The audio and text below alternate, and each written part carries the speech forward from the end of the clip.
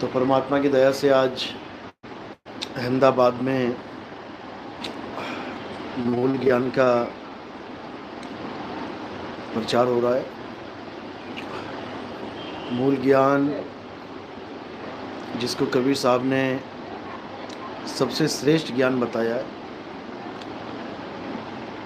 और एक पवित्र ज्ञान है जिसे कबीर साहब ने एक बेसिक ज्ञान जिसको कहते हैं शुरुआती ज्ञान बताया है, जिसके कारण एक माया में लिप्त जीव एक अच्छा भगत बन पाता है, भक्ति में लीन हो पाता है, संसार के ये दोष छोड़ पाता है, ये नशा, ये मांस, मदिरा, ये सब छोड़ पाता है, अंडा, बीड़ी, सिगरेट, जर्दा, गुटखा, ये सब छोड़ पाता है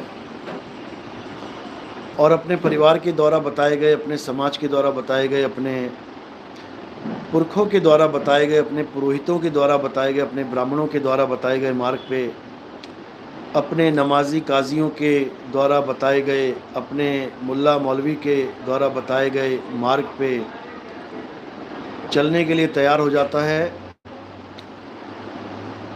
उस ज्ञान को पवित्र ज्ञान कहते हैं। पवित्र ज्ञान यानी जिससे एक आदमी पवित्र आत्मा कहलाए, एक भगत कहलाए, एक पुजारी कहलाए, भगवान की पूजा करने वाला।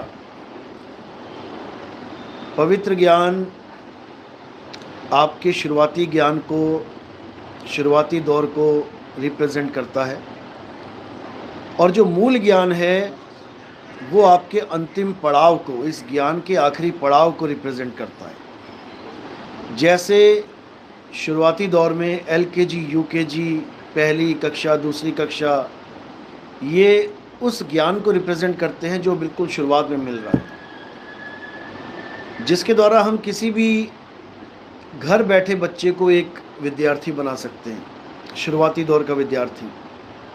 लेकिन जब हम आगे बढ़ते हैं तो वही पहली दूसरी कक्षा का विद्यार्थी अब MBBS का विद्यार्थी, PhD का विद्यार्थी, DM, MD का विद्यार्थी बना हुआ दिखाई देता है, जो बिल्कुल टॉप के कोर्सेज हैं।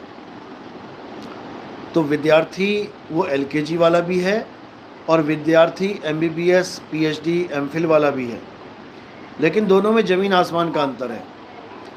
एक अपने सफ़र को शुरू कर रहा है और एक अपने सफ़र के आखिरी पड़ाव पे है। दोनों में ज़मीन आसमान का अंतर है। इसी प्रकार पवित्र ज्ञान और मूल ज्ञान में ज़मीन आसमान का अंतर है। पवित्र ज्ञान वो ज्ञान है जिसके द्वारा एक हिंदू बालक मंदिर में जाना सीख रहा है, आरतियाँ गाना सीख रहा है, हवन यज्ञ करना सीख रहा है, और मुस्लिम बालक नमाज पढ़ना सीख रहा है, कलमा पढ़ रहा है, कुरान पढ़ना सीख रहा है। सिख बालक गुरुद्वारे जाके पाठ करना सीख रहा है, नाम जपना सीख रहा है, अमृत छक के सेवा करना सीख रहा है, और ईसाई बालक चर्च जाके प्रेयर करना सीख रहा है, अरदास करना सीख रहा है। तो इसी प्रकार ये मंदिर, मस्जिद, गुरुद्वारा, चर्च, ये एक शुरुआती दौर है। भगवान के रास्ते पे, अल्लाह के रास्ते पे, वाहेगुरु के रास्ते पे, खुदा के रास्ते पे चलने का ये पहला दौर है, ये पहला स्टेप है, ये शुरुआती ज्ञान है, लेकिन ये अंतिम ज्ञान नहीं है। कोई कहे कि सारी उम्र मंदिर जाने के बाद मेरी मुक्ति हो जाएगी, तो नहीं होगी। कोई कहे सारी उम्र नमाज पढ़ने से मेरी मुक्ति हो जाएगी, नहीं होगी। कोई कहे कि मैं गुरुद्वारे जाके पाठ करता रहूं, नाम जपता रहूं, मेरी मुक्ति हो जाएगी, नहीं होगी। कोई कहे मैं चर्च जाके ईसा मसीह की पूजा करूं, हालेलुया का नाम जपूं, प्रेयर करूं, अरदास करूं, मेरी मुक्ति हो जाएगी, नहीं होगी। क्योंकि चारों ही अपनी अपनी समझ में अलग अलग भक्ति विधि अपना के बैठे हैं, लेकिन सबसे बड़ी बात यह है कि ये चारों देखने में अलग अलग लग रहे हैं, लेकिन चारों ने एक ही चीज़ को पकड़ रखा है, और वो क्या है? वो है 52 अक्षर। मंदिरों में जितनी भी आरतियां हो रही हैं 52 अक्षरों के द्वारा हो रही हैं। हवन यज्ञ जितने भी मंत्र पढ़े जा रहे हैं 52 अक्षर ही हैं। मुस्लिम कलमा पढ़ रहा है, नमाज पढ़ रहा है, 52 अक्षर को ही रिपीट कर रहा है। सिख भाई अरदास कर रहा है, गुरु ग्रंथ साहब पढ़ रहा है, नाम जप रहा है, 52 अक्षर को ही रिपीट कर रहा है। ईसाई भाई प्रेयर गा रहा है, हालेलुया जप रहा है, ये सब 52 अक्षर ही हैं। यानी केवल भाषा का फर्क है, अक्षर चारों ने ही पकड़ रखे हैं। ये 52 अक्षर ही हर इंसान के जीवन में घर बना के बैठ गए हैं। अब ये तो है शुरुआती दौर, लेकिन अंत कहाँ होगा इसका? इसका अंत होगा आत्मज्ञान पे जाके। अभी इसने केवल अक्षरों को पकड़ा है, शुरुआती दौर में इंसानों ने बनाए हैं, इंसान ही जप रहा है, लेकिन जो अंतिम पड़ाव आएगा वो अक्षरों का पड़ाव नहीं होगा, वो अंतिम पड़ाव होगा आत्मज्ञान का। कबीर साहब समझा रहे हैं, जल में मीन प्यासी मोह देखत आवे हांसी, आत्म ज्ञान बिना नर भटके कभी काबा कभी काशी। कौन से ज्ञान के बिना? आत्म ज्ञान के बिना ये नर भटकेगा। कहाँ भटकेगा? इसी माया के संसार में। बड़े बड़े धुरंधर भटक गए, एक आम आदमी की क्या हैसियत है? ब्रह्मा विष्णु महेश जैसे धुरंधर, वो तक इस माया को नहीं चीन पाए, वो इस माया के जाल से नहीं निकल पाए, तो एक आम आदमी कैसे निकलेगा? और ये माया का जाल बिछाया किसने है? ये माया का जाल बिछाने वाला और कोई नहीं है, ये अलख निरंजन है, जिसका नाम ब्रह्मा विष्णु महेश जी 8 पहर जपते हैं। 8 पहर आप देखोगे, शंकर जी की फोटो ध्यान में लीन है, युगो युग 8 पहर किसके ध्यान में लीन है? अगर वही देवों के देव महादेव हैं तो वो किसके ध्यान में लीन है? ब्रह्मा जी के या विष्णु जी के? क्योंकि हमें यह समझाया जाता है कि ब्रह्मा जी विष्णु की पूजा करते हैं, विष्णु जी ब्रह्मा जी की पूजा करते हैं, ब्रह्मा जी शिव की पूजा करते हैं, शिव ब्रह्मा जी की, सब एक दूसरे की पूजा करवाने में लगे हुए हैं। जबकि ऐसा नहीं है। पूजा उसकी की जाती है, साधना उसकी की जाती है जिससे प्राप्त करना है। और ब्रह्मा विष्णु महेश तो आपस में मिलते रहते हैं, एक दूसरे की पूजा करने की क्या जरूरत है? जब मन किया एक दूसरे के लोक में भ्रमण कर आए, उसमें पूजा करने की क्या बात है? उसमें ध्यान करने की क्या बात है? ध्यान उसका किया जाता है जिसको आप प्राप्त करना चाहते हो। ये योगी जति तपी सन्यासी ध्यान में बैठे हुए हैं, ये कुछ पाना चाहते हैं, लेकिन गलती कहाँ हो रही है? इनको भेदी गुरु नहीं मिला।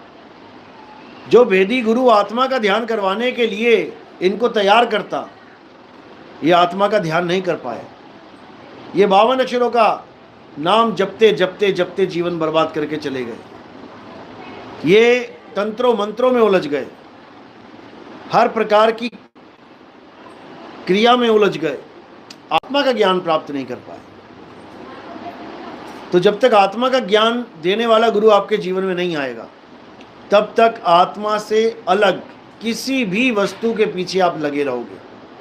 चाहे मंत्रों के पीछे लग जाओ, दुनिया पागल हुई पड़ी है मंत्रों के पीछे। कोई कह रहा 5 नाम जप लो, कोई कह रहा 10 नाम जप लो, कोई कह रहा 20 नाम जप लो। दुनिया पागल हो गई है।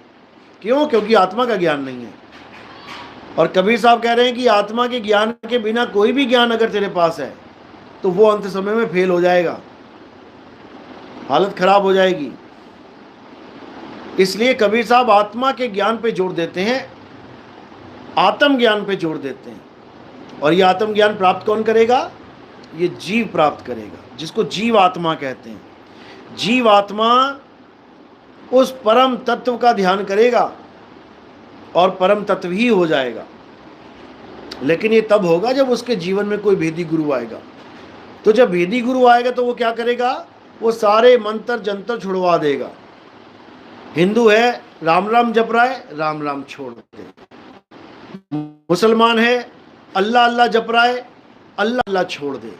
सिख है वाहिगुरु वाहिगुरु जप रहा है, वाहिगुरु वाहिगुरु छोड़ दे। और ईसाई है हालेलुया जप रहा है, गॉड गॉड जप रहा है, तो हालेलुया गॉड गॉड करना छोड़ दे। अब करना क्या है? कृष्ण जी समझा रहे हैं, अध्याय 3 17वां श्लोक। हे अर्जुन, जो अपनी आत्मा में रमण करते हैं, जो अपनी आत्मा में तृप्त हैं, जो अपनी आत्मा में संतुष्ट हैं, उनके लिए कोई धार्मिक कर्म कर्तव्य लागू ही नहीं होता। सबसे बड़ी बात यह है जो हमें कोई बता ही नहीं रहा है। बता क्यों नहीं रहा है? क्योंकि उसके बाद सवाल उठ जाएगा कि आत्मा होती क्या है, आत्मा का ध्यान करे तो करे कैसे, आत्मा में रमण करे तो करे कैसे। और इस सवाल का उनके पास जवाब नहीं है, इसलिए प्रश्न ही नहीं उठने देते, प्रश्न ही नहीं उठने देते। इससे पहले कि तुम प्रश्न करो, तुम्हारे सामने कृष्ण जी की मूर्ति लाके रख देते हैं कि माथा टेको, भोग लगाओ और घर को जाओ। सबसे बड़ी दिक्कत ये है। इसीलिए भारत आज सबसे पीछे रह चुका है। हमें लग रहा है कि भारत तरक्की कर रहा है, लेकिन आप देखोगे सबसे बड़ा धर्म परिवर्तन भारत में ही चल रहा है। इतना बड़ा धर्म परिवर्तन और कहीं नहीं चल रहा पूरे विश्व में। जो हैं, वो ना बदलते, केवल हिंदू ही बदल रहा है। हिंदू सिख बन रहा है, हिंदू को ईसाई बनाया जा रहा है, हिंदू को मुस्लिम बनाया जा रहा है, हिंदू बौद्ध बन रहा है। कारण क्या है? कारण है आत्मज्ञान की कमी। जो कृष्ण जी बताते रहे वो समझ में आया नहीं, और जो छुड़ाते रहे उसको पकड़ के बैठ गए। अध्याय 7 23वां श्लोक क्या कहता है? जो देवी देवताओं की पूजा करते हैं वो निपट अंध हैं, जिसको कहते हैं अल्प बुद्धि जीव हैं। अल्प बुद्धि नाम का जिक्र किया गया है वहां पे। क्यों मना किया वहां पे देवी देवताओं की पूजा करने के लिए? क्योंकि देवी देवता नाशवान है, उनकी देह नाशवान है। वो तो खुद बचने के लिए भागे भागे फिरते हैं, कभी ब्रह्मा जी, कभी विष्णु जी, कभी महेश जी के पास राक्षस वरदान ले लेके। किससे लेते हैं राक्षस वरदान? कौन दे रहा है उनको वरदान? यही भगवान दे रहे हैं, ब्रह्मा जी, विष्णु जी, महेश जी। एक भी राक्षस बता दो जिसने किसी और से वरदान मांगा हो। इन्हीं से मांग रहे हैं, यही वरदान दे रहे हैं, और उसके बाद इन्हीं को मार के जय जयकार करवा रहे हैं। ये दोगली राजनीति है भाई। ये राजनीति करने वालों का काम है। पहले उसको पावरफुल बना लो, उसके बाद उसका संहार कर दो। अरे पावरफुल बनाया क्यों उसको क्यों वरदान दे दिए ऐसे ऐसे कि वो अपने वरदानों का मिसयूज करे? वरदान नाम की चीज ही नहीं रखनी चाहिए थी। दुनिया बनाई थी, हर आदमी अपना भक्ति करता, अपना निकल जाता, वरदान मांगने का चक्कर ही ना होता। लेकिन इन लोग के पास भक्ति से मुक्ति नहीं है, इनके पास भक्ति से वरदान है। भक्ति से मुक्ति जो जुगती है वो इनके पास है नहीं। ये वैसी भक्ति करवाते हैं जिससे वरदान मिल जाए, तो वरदान ही लेंगे फिर। और वरदान किसके ऊपर चालू करेंगे, किसके ऊपर लगाएंगे? हमारे ऊपर लगाएंगे। एक आदमी है बिना AK-47 के हमारे मोहल्ले में रहता है, अच्छी बात है। अब भक्ति करके AK-47 ले ली उसने, उसके बाद हमें ही मार रहा है। ली किससे? ब्रह्मा विष्णु महेश जी से। और कोई बता दो, कोई दे रहा हो तो। सारे राक्षसों ने ब्रह्मा विष्णु महेश जी से ही सारी शक्तियां प्राप्त करी, और उसके बाद हमारे ऊपर ही लगा दी शक्तियां।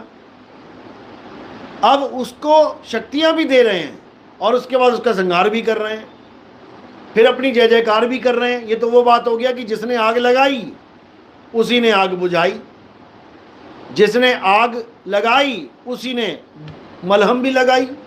ये तो वो बात हो गई।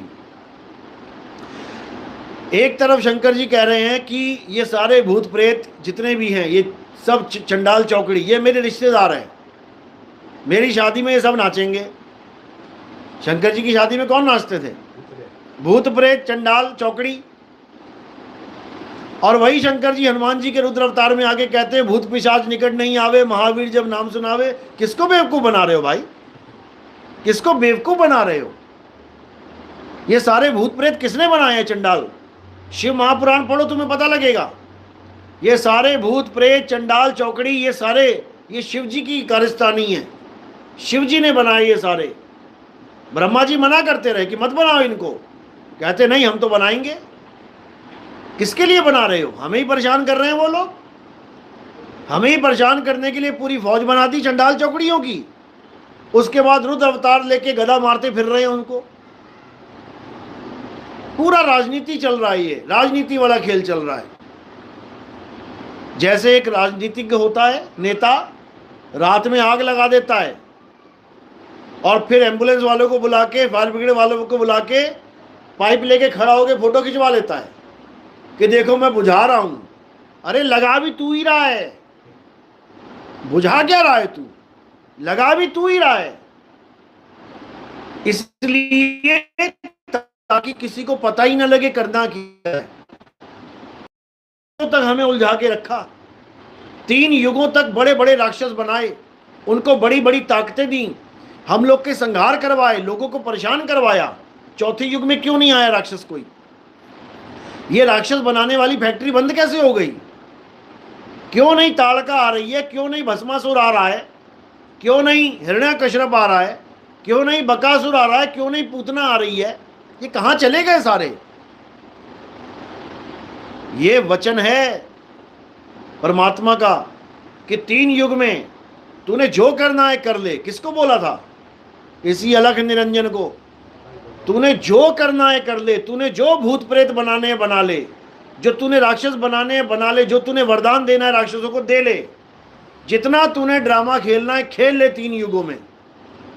चौथे युग में अगर तूने किसी राक्षस को बना दिया तो तेरी ये सृष्टि खत्म कर दी जाएगी। इसलिए आज तक एक भी राक्षस पैदा नहीं हुआ कलयुग में। कहां चले गए ये लोग? कहां चले गए? लेकिन काल इतना शातिर है, क्या बोला? कहता ठीक है मैं राक्षस नहीं बनाऊंगा, लेकिन मैं इतने संत बना दूंगा, इतने संत बना दूंगा, गली गली में संत ही संत बैठा दूंगा और अपना नाम जपवा दूंगा। जब परमात्मा आने लगे जीवों को बचाने के लिए, तो जीवों को मुक्ति ना मिल जाए इसलिए उसने कलयुग में संतों को बना दिया, ताकि परमात्मा का सच्चा ज्ञान कोई पहचान ही ना पाए। परमात्मा एक ज्ञान चलाएगा और कलयुग अनंत ज्ञान चलाएगा।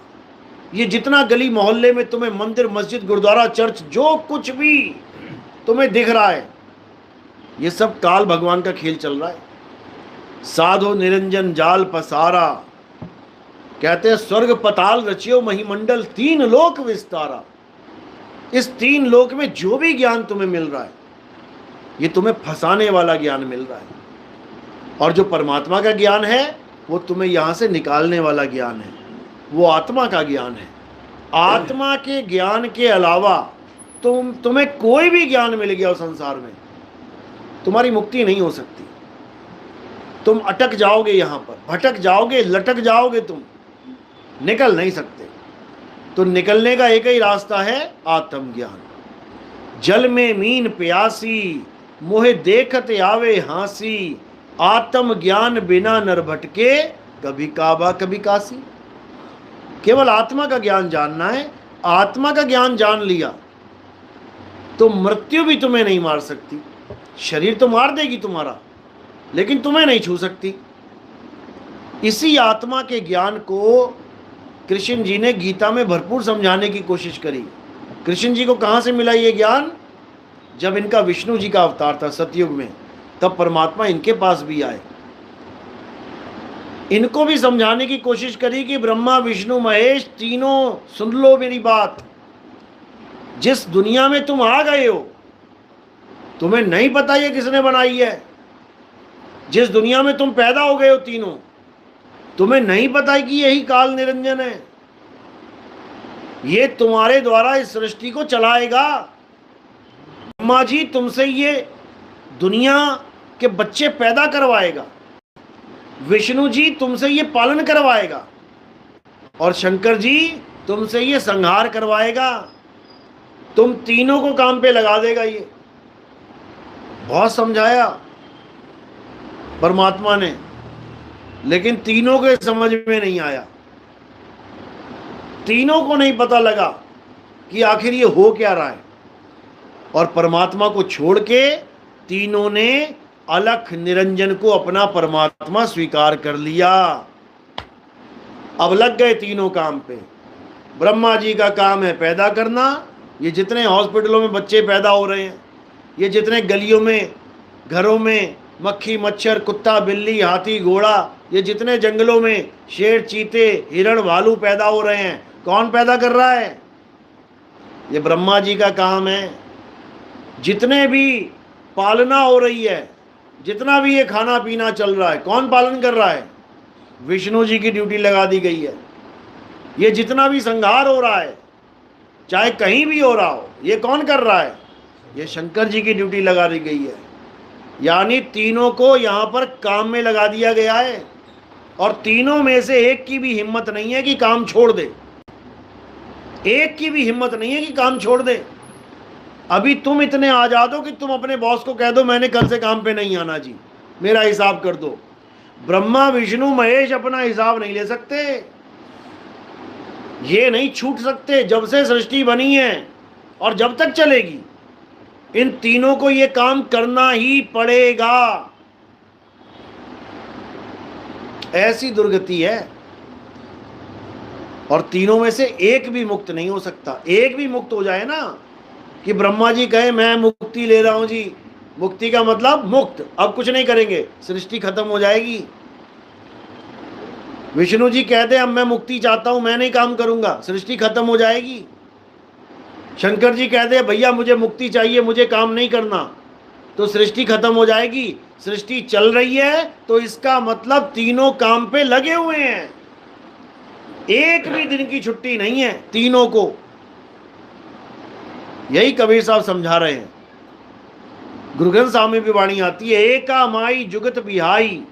एका माई यानी ये आदि शक्ति, ये जग जननी माया।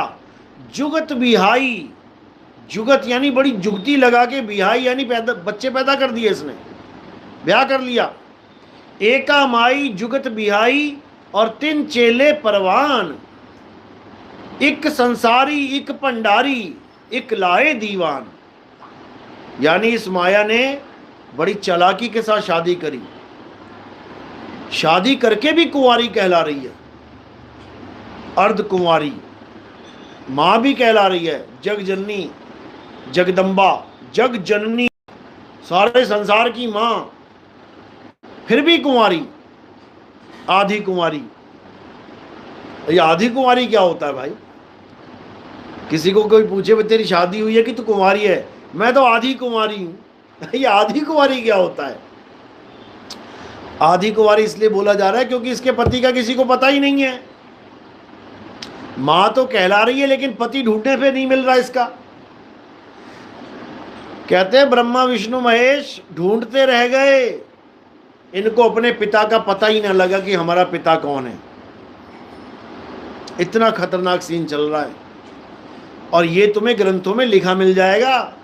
ये मत सोचना कि मैं बोल रहा हूं, ये तो टीवी चैनल वालों ने प्रोग्राम भी बना दिए, एपिसोड बना दिए इसके ऊपर, कि ब्रह्मा विष्णु और महेश तीनों की मीटिंग चल रही है। हम कहां से आ गए भैया, हमें किसने पैदा कर दिया? ये दुनिया बनाने वाला कौन है? मीटिंग चल रही है, उनको खुद ना पता है किसने बना दी दुनिया। तो ये सब ग्रंथों में दर्ज है पहले से, लेकिन हम ग्रंथ पढ़ते नहीं हैं, इसलिए हमें पता नहीं है। जो हमें बता दिया जाता है कि भोले शंकर भगवान है, राम जी भगवान है, कृष्ण जी भगवान है, मान लेते हैं, मान लिया भगवान।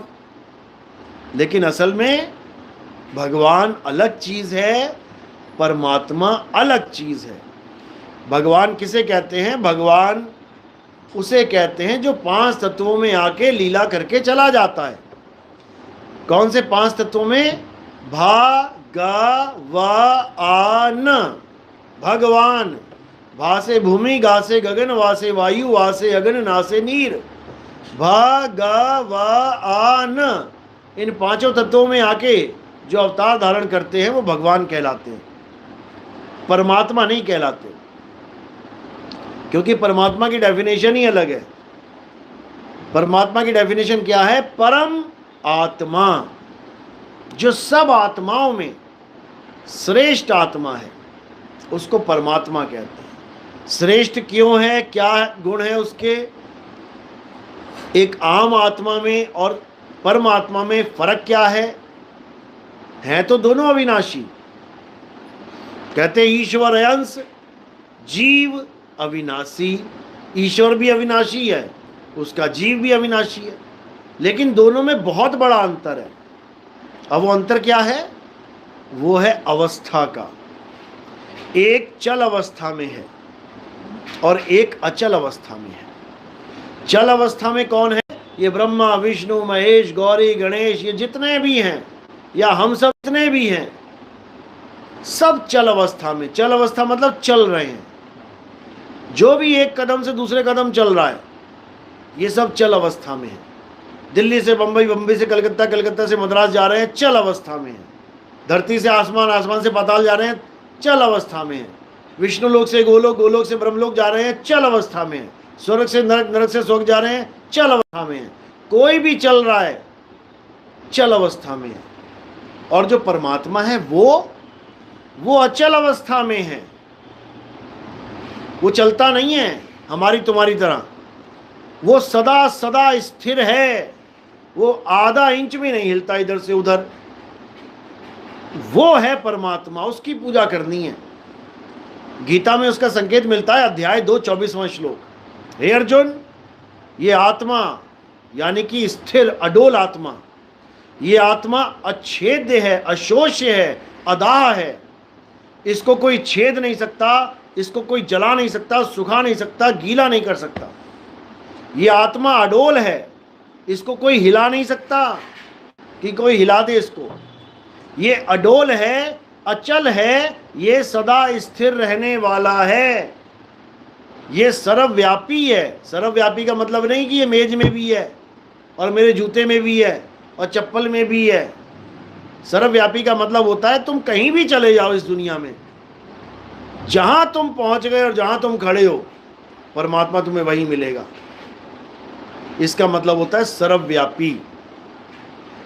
इसका मतलब ये नहीं होता कि वो पत्थर में भी है, वो कण कण में है, वो इधर भी है उधर भी है, ये नहीं होता सर्वव्यापी। सर्वव्यापी का मतलब है कि तुम कहीं भी चले जाओ, जैसे लहर कहीं भी चली जाए समुद्र के ऊपर, कहीं भी, नीचे समुद्र ही है, समुद्र सर्वव्यापी है।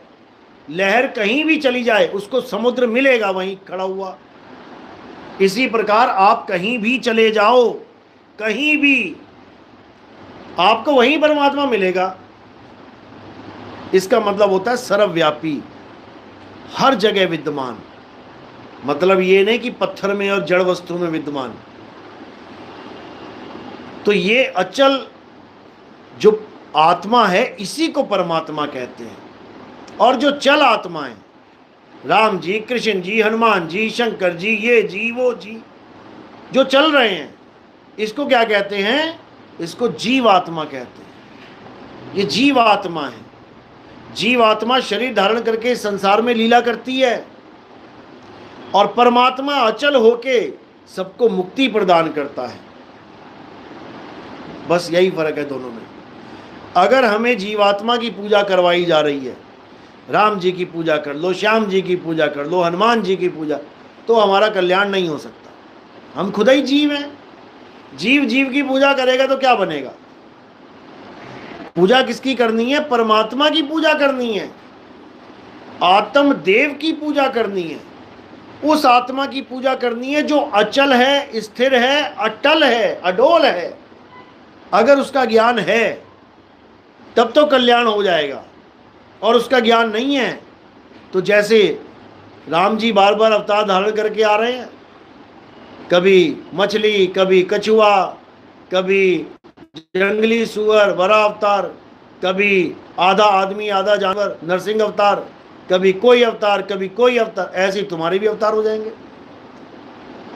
84 लाख अवतार हैं तुम्हारे। हर बार तुम्हें नया अवतार धारण करना पड़ेगा, हालत खराब हो जाएगी। इसलिए करना क्या है?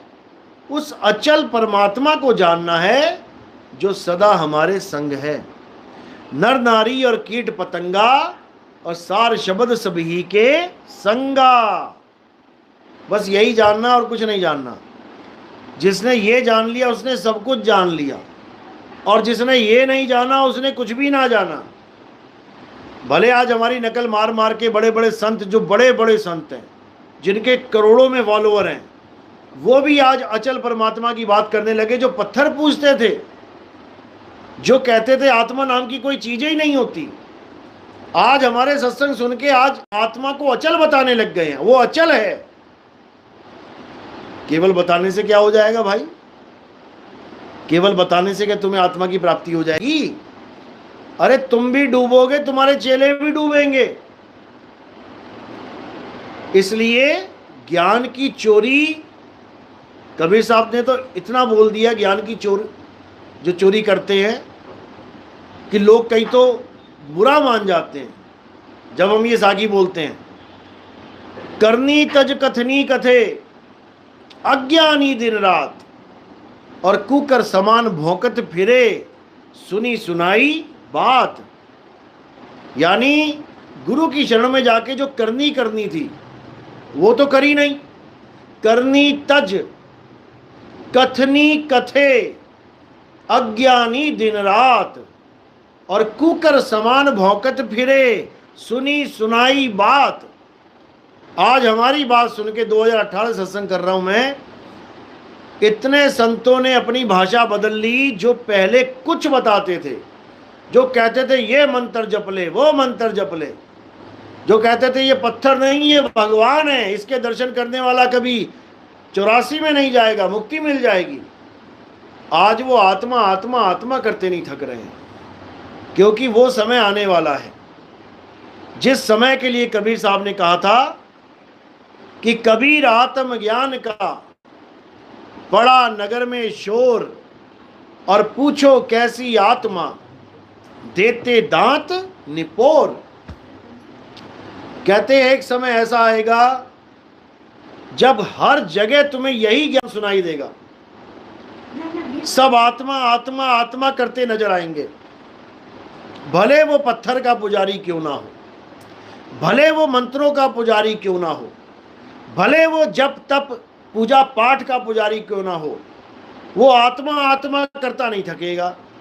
क्यों? कारण क्या है?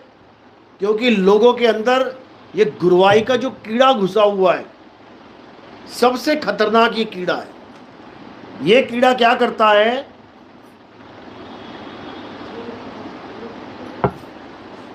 ये कीड़ा खुद को ज्ञानी सिद्ध करवाने में लगा रहता है। भले प्रैक्टिकल ज्ञान ना हो, लेकिन थ्योरी पार्ट यानी सुना सुनाया ज्ञान, ये बोलने से भी बाज नहीं आता। जिसके बारे में ABCD ना पता हो, वो भी उठा के ज्ञान बोल देता है। क्यों? मान बढ़ाई के चक्कर में कि नितिन दास ने ऐसा ज्ञान खोल दिया, इसको तो सारे अपनी पलकों पे बैठा रहे हैं, हम भी बोल देते हैं, शायद हमारा भी दाव लग जाए। सारे के सारे चालू हो गए हैं आत्मा आत्मा आत्मा करने के लिए, और इनको ये नहीं पता कि आखिरी दाव कबीर साहब का ही है। सारे जुआरी अपने अपने पत्ते लेके आ जाओ, लेकिन जो आखिरी पत्ता है जिससे गेम जीती जाएगी, वो आखिरी पत्ता कबीर साहब के पास है। सबके सब धराशायी हो जाएंगे। ये जितना नहीं बने बैठे हैं सब घुटनों पे आ जाएंगे, एक पत्ता खोला जाएगा आखिरी। अभी तो सारे ज्ञानियों को इकट्ठा किया जा रहा है। जैसे कृष्ण जी ने महाभारत का युद्ध करने के लिए सबको निमंत्रण दे दिया, सबको आ जाओ सारे, एक को भी नहीं छोड़ा। सारे राजाओं महाराजाओं को लाके कुरुक्षेत्र की धरती पे खड़ा कर दिया, और उसके बाद एक ही परमाणु बम फेंका, सारे ध्वस्त खत्म। यानी एक ही विराट रूप था वहां पे जो सबको खा गया, एक को भी ना छोड़ा उसने।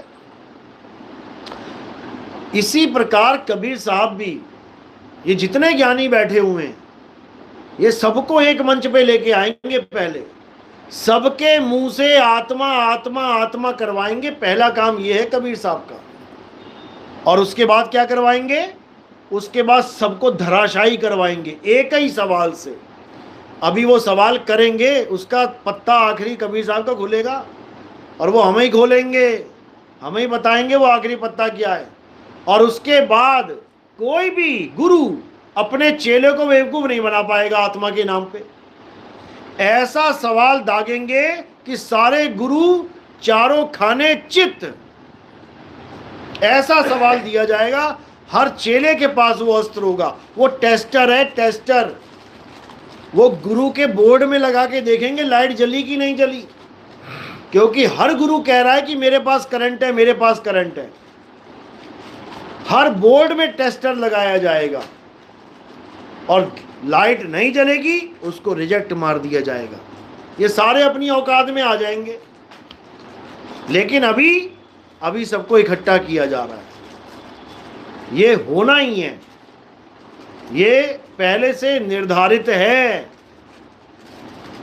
और ये बहुत जल्दी होगा, क्योंकि ऐसे ऐसे लोग आ गए हैं जो बिना आत्मा की बात ही नहीं कर रहे। जो पहले शंकर जी के पुजारी थे अब विष्णु जी के पुजारी बन गए, फिर माता के पुजारी बने बैठे हैं, फिर किसी और के पुजारी बन गए। ऐसे ऐसे लोग आ गए। और जब कोई उनके पास जाता है तो कहते हैं भगवान तो एक है। अरे जब एक भगवान है, तुम शंकर जी को छोड़ के तुम राधे राधे क्यों करने लग गए भाई?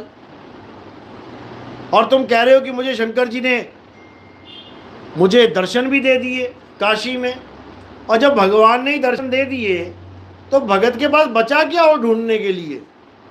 फिर काशी छोड़ के तुम वृंदावन आके बैठ गए, ओम नमः शिवाय छोड़ के तुम राधे राधे जपने लग गए। अरे तुम ही एक ना रह पाए भगवान के नाम पे, तुम दूसरों को बता रहे हो कि भगवान एक है। सत्संग में बता रहे हैं कि भोले शंकर ही राधा है। बताओ, भोले शंकर को राधा बना दिया। भोले शंकर महातमोगुणी, राधा बताओ कौन से एंगल से तुम्हें तमोगुणी लग रही है? इतना बुरा हाल हो गया है। क्यों? जनता बेचारी भोली है, और इन भोली जनता को बेवकूफ बनाने की ट्रिक इन बाबाओं के पास बहुत तगड़ी तगड़ी ट्रिक है। पहले कहते हैं ये मंत्र जप लो, ये मंत्र जप लो, इससे बड़े से बड़ा भूत प्रेत भाग जाएगा, नष्ट हो जाएगा, मर जाएगा। उन्हीं के पास एक बंदा आ गया, कहता 25 साल से भूत प्रेत मुझे परेशान कर रहे हैं, आपने जो मंत्र बताया मैंने वो भी करके देख लिया, उससे भी वो भूत प्रेत मुझे छोड़ नहीं रहा है। बाबा फंस गया, अब क्या करे? तो बाबा क्या बोला? अरे भाई तुम नहीं जानते, ये मेरा ठाकुर ही है जो भूत प्रेत बन के लीला कर रहा है। बताओ, अब तेरा ठाकुर भूत प्रेत बन गया। अभी तक तू मंत्र फूंकता फिर रहा था उस भूत को मारने के लिए, अब वो भूत ही तेरा ठाकुर हो गया। क्या बच्चों वाली बातें लगा रखी हैं? क्योंकि इन लोग को इससे मतलब ही नहीं है कि तुम्हारा कल्याण होगा कि नहीं होगा। इन लोग को इससे मतलब ही नहीं है कि तुम कुत्ता बनोगे, सुअर बनोगे या बैल बनोगे। इन लोगों को इतना पता है कि हमारा बुढ़ापा सही से गुजर जाए। काशी में बुढ़ापा नहीं गुजर रहा था, भिखारी बना बैठा था, वृंदावन में आके राजा बना बैठा है। इससे उसको मतलब ही नहीं है किसी का जीवन बर्बाद कर रहा है कि नहीं कर रहा है। इसकी दुर्गति होगी, 101% दुर्गति होगी। कबीर साहब क्या कहते हैं? अरे झूठा गुरु अजगर बना और 184 जाए, सारी संगत चींटी बनी, तोड़ तोड़ के खाए। ऐसे लोगों के लिए कबीर साहब ने ये बाणियां बोली हैं और ये सिद्ध होके रहेंगी। इससे मतलब नहीं है कि कोई बहुत बूढ़ा बाबा है तो उसकी हमने इज्जत ही करनी है। अरे बूढ़ा बाबा तो वो भी था जिसने अमेरिका में बम फोड़ दिया था, लादेन, वो भी बूढ़ा ही था, तो उसकी भी इज्जत कर लो। अगर बूढ़े की इज्जत करनी है तो उसकी भी इज्जत कर लो, वो भी बूढ़ा था। बूढ़े तो कई बैठे हुए हैं जो कुकर्म करके जेलों में बैठे हैं, फिर तो उनकी भी इज्जत कर लो, वो भी बूढ़े ही हैं, बाबा ही थे वो भी। अरे वो तो चलो एक बच्चे का जीवन बर्बाद करके जेल में गए हैं, ये तो लाखों का बर्बाद कर रहा है। लाखों करोड़ों लोगों का जीवन बर्बाद हो रहा है इस एक बाबा से। क्यों? क्योंकि अनुभव ज्ञान नहीं बोल रहा है, सुनी सुनाई बात बोल रहा है। इसलिए भाई होश में आ जाओ, आत्मा ही सत्य है, आत्मा के अलावा और कुछ सत्य नहीं है। और ये तंत्र मंत्र सब झूठ है। जो कहते हैं ये वाला नाम जप लो बड़े से बड़ी विपदा टल जाएगी। अरे एक मच्छर नहीं टाल सकता ये मंत्र। तुम्हारे कमरे में मच्छर घुस गया, तुम्हें रात भर सोने नहीं देगा। तुम जप लो जितना मंत्र जपना है, सोने नहीं देगा। हरे कृष्णाय वासुदेवाय प्रणता कलेश नाशाय गोविंदाय हरे हरि नमो नमः, जो मर्जी कर ले, वो मच्छर खून चूस के जाएगा तेरा। वो एक मंत्र उस मच्छर का भी नाश नहीं कर सकता। और ये बड़ी बड़ी बातें कर रहे हैं कि बड़े से बड़ी दुविधा टल जाएगी। एक मच्छर नहीं टाला जा रहा इन लोगों से। खुद ऑल आउट लगा के सोते हैं, मच्छरदानी ढूंढते हैं, कछुआ छाप अगरबत्ती लगाते हैं ये लोग, और लोगों को कहते हैं कि तू मंत्र जप ले तेरे कलेश दूर हो जाएंगे। लोगों को जड़ी बूटियां बताते हैं और खुद बीमार होते हैं तो डायलिसिस करवाते हैं। लोगों को कहते हैं गौमूत्र पी जा और ये खा जा वो खा जा साथ में, तू ठीक हो जाएगा, और खुद पैरासीटामोल खाते फिर रहे हैं। ऐसी दुर्गति कर दी इन लोगों ने। लेकिन ये सब बहुत जल्दी ठीक होंगे जब जनता जागेगी। जिस दिन जनता जनार्दन जाग गया, इन सबको सही कर देगा वो। क्योंकि केवल श्रद्धा के वशीभूत ये लोग राज कर रहे हैं, लोगों की श्रद्धा का मिसयूज कर रहे हैं। जिस दिन लोगों को पता लग गया श्रद्धा लगानी किसके साथ है, विश्वास जोड़ना किसके साथ है, साधना करनी किसकी है, पूजा के लायक कौन है, उस आत्मा की बात कर रहा हूं, उस दिन ये सारे मंदिर मस्जिद गुरुद्वारे वाले, इनका खेल खत्म हो जाएगा। क्योंकि आत्मा का ज्ञान एक के पास भी नहीं है। सब अपने अपने पत्थर, अपने अपने मंत्र, अपनी अपनी किताबें लेके बैठे हुए हैं। आत्मा का एक को भी ज्ञान नहीं है। ये रिजेक्ट मारे जाएंगे, ये रिजेक्ट हो जाएंगे। लेकिन कब? जब सब जागरूक हो जाएंगे। इसलिए कबीर साहब यहां केवल जगाने आते हैं। अरे मैं कहता हूं जागत रहियो तू जाता है सोई रे, और तेरा मेरा मनवा कैसे एक हो ही रे। बस इसी को समझना है। जिस दिन ये समझ में आ गया, सारा खेल समझ में आ जाएगा। सारा विश्व एक झंडे के नीचे आ जाएगा। परम पिता परमात्मा की दया सब पर हो जाएगी और कृपा सब पे हो जाएगी। बोलिए परम पिता परमात्मा की सदा ही जय हो। साहिब बंदगी सतनाम। साहिब की जय। जय